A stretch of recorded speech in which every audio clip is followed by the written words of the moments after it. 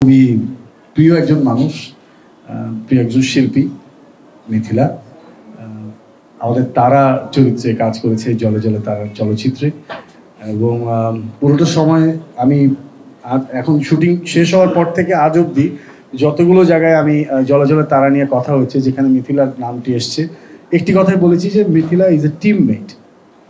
তার টিমের সদস্য হয়ে কাজ করার যেই চেষ্টা, যেই ভালোবাসা, সেটা সত্যি ব্যক্তি হিসাবে, বন্ধু হিসাবে আমাকে ভীষণ মুগ্ধ করেছে এবং সহকর্মী হিসাবে ভীষণ মুগ্ধ করেছে।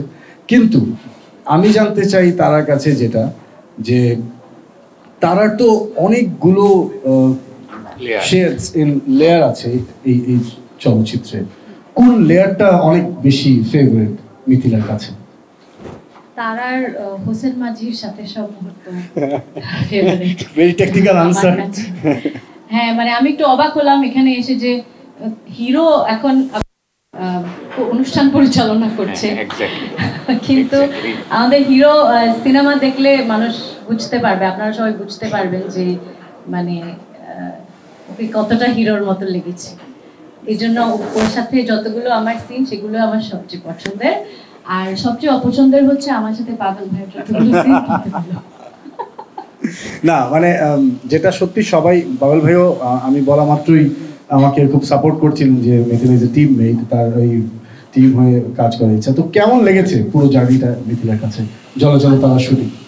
জার্নিটা অসাধারণ ছিল, কারণ তারা যে চরিত্রটা, এরকম ধরনের ক্যারেক্টার করার সৌভাগ্য আমার আগে কখনো হয়নি। একটা অসাধারণ চরিত্র।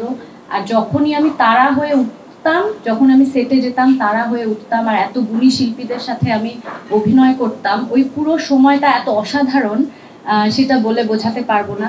সেই সাথে পরিবেশটা খুব সুন্দর ছিল। আমরা নদীর পাড়ে দিনের পর দিন শ্যুট করেছি, নৌকাতে, এক ভীষণ ঝড় বৃষ্টির মধ্যেও আমাদেরকে মাঝে মাঝে শ্যুট করতে হয়েছিল, আবার কড়া রোদে আমাদের শ্যুট করতে হয়েছে। তো কষ্ট করেছি সবাই মিলে, কিন্তু সবাই মিলে ভীষণ আনন্দ করেছি, এটাই সবচেয়ে বড় কথা। হ্যাঁ, মানে আনন্দ তো বটেই, কারণ কাজ মানেই আমার কাছে তো ব্যক্তিগতভাবে ভীষণ আনন্দ, কারণ এটা আমার প্রতিটা কাজ আমার কাছে একটা গিফট মনে হয়। কিন্তু মিথিলা কেন এই ছবিটি করতে রাজি হলেন সেটাও জানতে চাই আজকে। কারণ গল্পটা অসাধারণ, গল্পটা অসাধারণ। আপনারা যদি ছবিটা কালকে দেখেন গিয়ে, আপনারা বুঝতে পারবেন যে সত্যি কত অসাধারণ একটা গল্প। শুরু থেকে শেষ পর্যন্ত আপনাকে টানবে।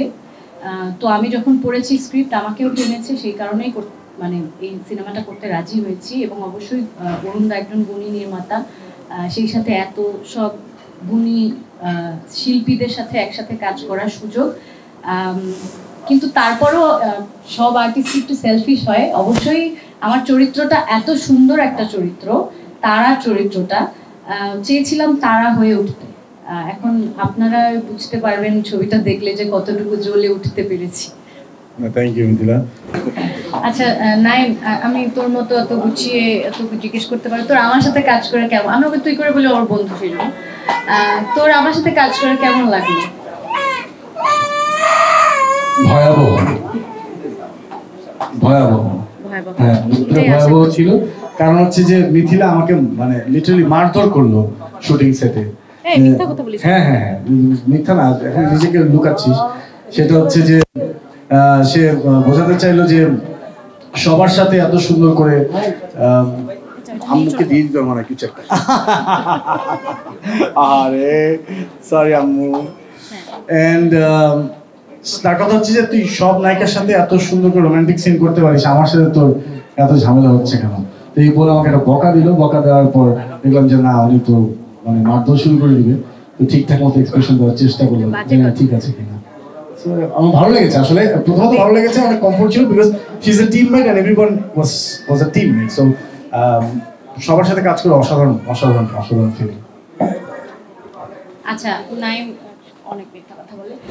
নাইমের সাথে কাজের অভিজ্ঞতা, আসলে আমরা আগে নাটকে, টেলিভিশন নাটকে কাজ করেছি, তারপর অনেক বছর আমরা একসঙ্গে কাজ করিনি।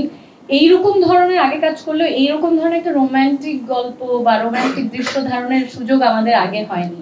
এই সিনেমাতে যেরকম হয়েছে সেই সুযোগটা। তো অভিজ্ঞতা হচ্ছে, একে তো আমরা বন্ধু, আমরা সারাক্ষণ মানে দুষ্টামি করি, হাহাহিহি করি, সেটা আছে, কিন্তু যখন সিরিয়াস দৃশ্যে অভিনয় করতে হচ্ছিল, স্পেশালি রোমান্টিক দৃশ্যে, তো আমরা সিরিয়াস হতেই পারছিলাম না, আমরা বারবার হেসে ফেলছিলাম। তো ওই জন্যই নাইম বললো যে হ্যাঁ আমি ওকে মানে বকেছি, কারণ ও সবার সাথে ঠিকঠাক অভিনয় করতে পারে, আমার সাথে এসে ওর আর রোমান্টিক মুড আসে না। তো ওটা একটা প্রবলেম ছিল, বাট আই থিঙ্ক মানে সব মিলিয়ে আমরা আনন্দ করে কাজটা করতে পেরেছি, কারণ আমরা বন্ধু।